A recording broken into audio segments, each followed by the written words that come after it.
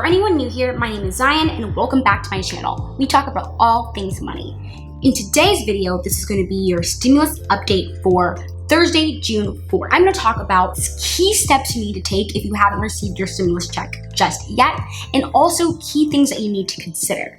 So if this sounds like something you're interested in, then go ahead and hit the like button down below because it really helps for my video to get out to more people who are in your exact situation. And then they can go ahead and comment on the video down below and you guys can have a conversation in the comment section. So what I want you to do, if you haven't gotten your stimulus check yet, go ahead and comment down below and say, I haven't gotten my stimulus check. I'm on SSI, for example. I have done X, Y, and Z thing and yet still no stimulus. If you have gotten your stimulus check, let us know in the comment section down below. I want to know if you got it yesterday, and if not, I want to know the exact date that you got it. Lastly, if you haven't gotten it yet, but you have a pending date, please let me know because that helps me to know, and also it also encourages other people and lets people know, okay, my stimulus money is on the way.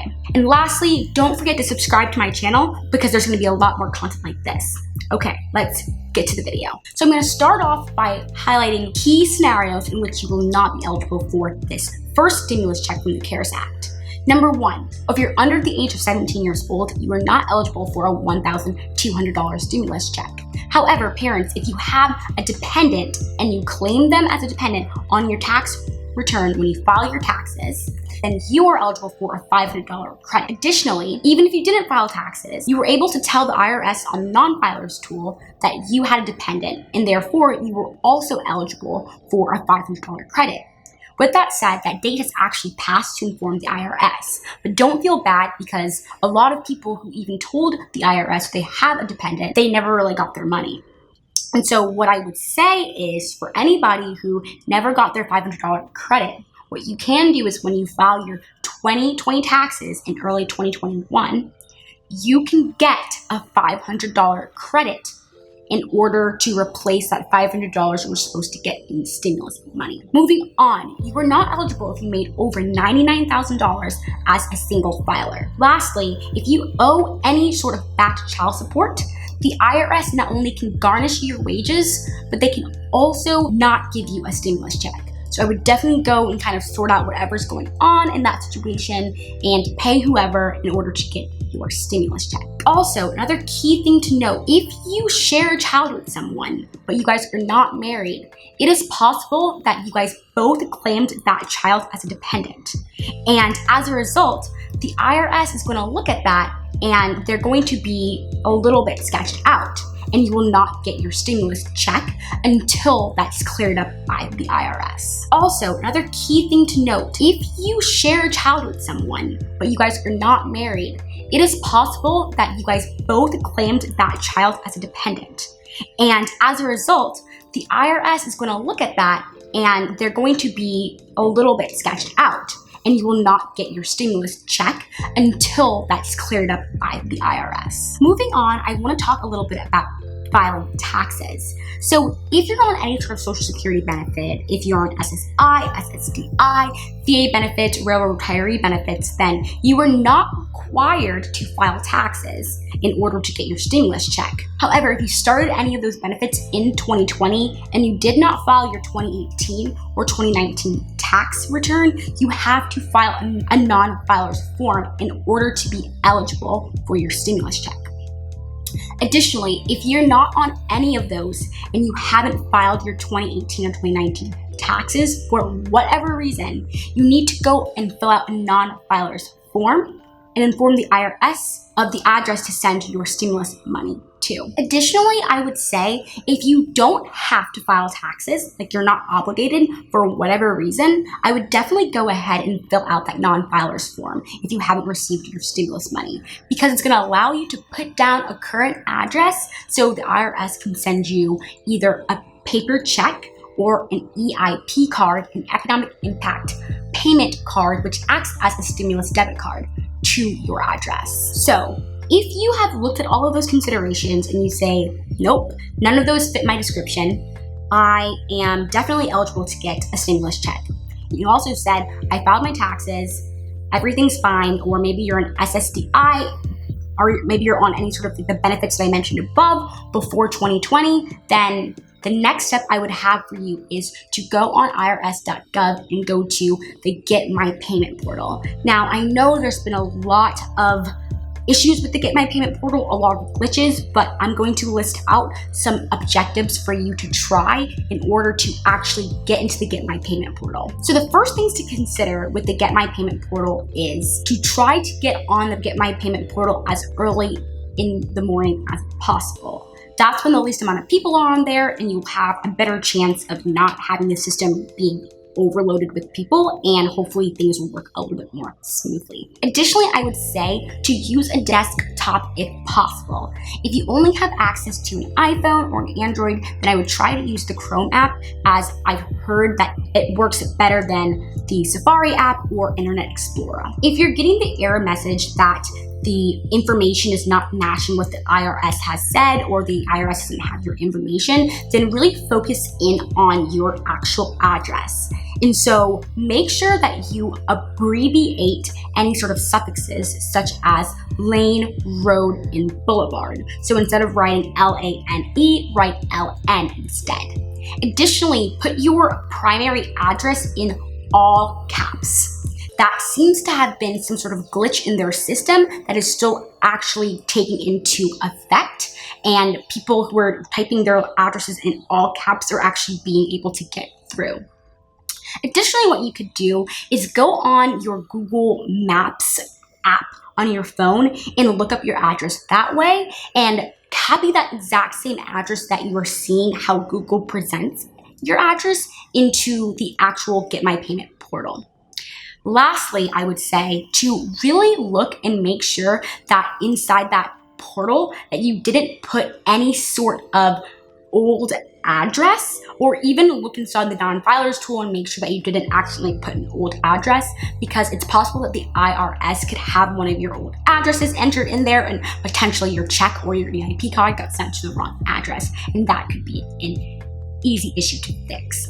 Additionally, if you have a representative payee and you're trying to get into the Get My Payment portal, what you want to do is to go ahead and put your social security number in, making sure to put dashes in between each section of your social security number. And then you want to put your own birth date.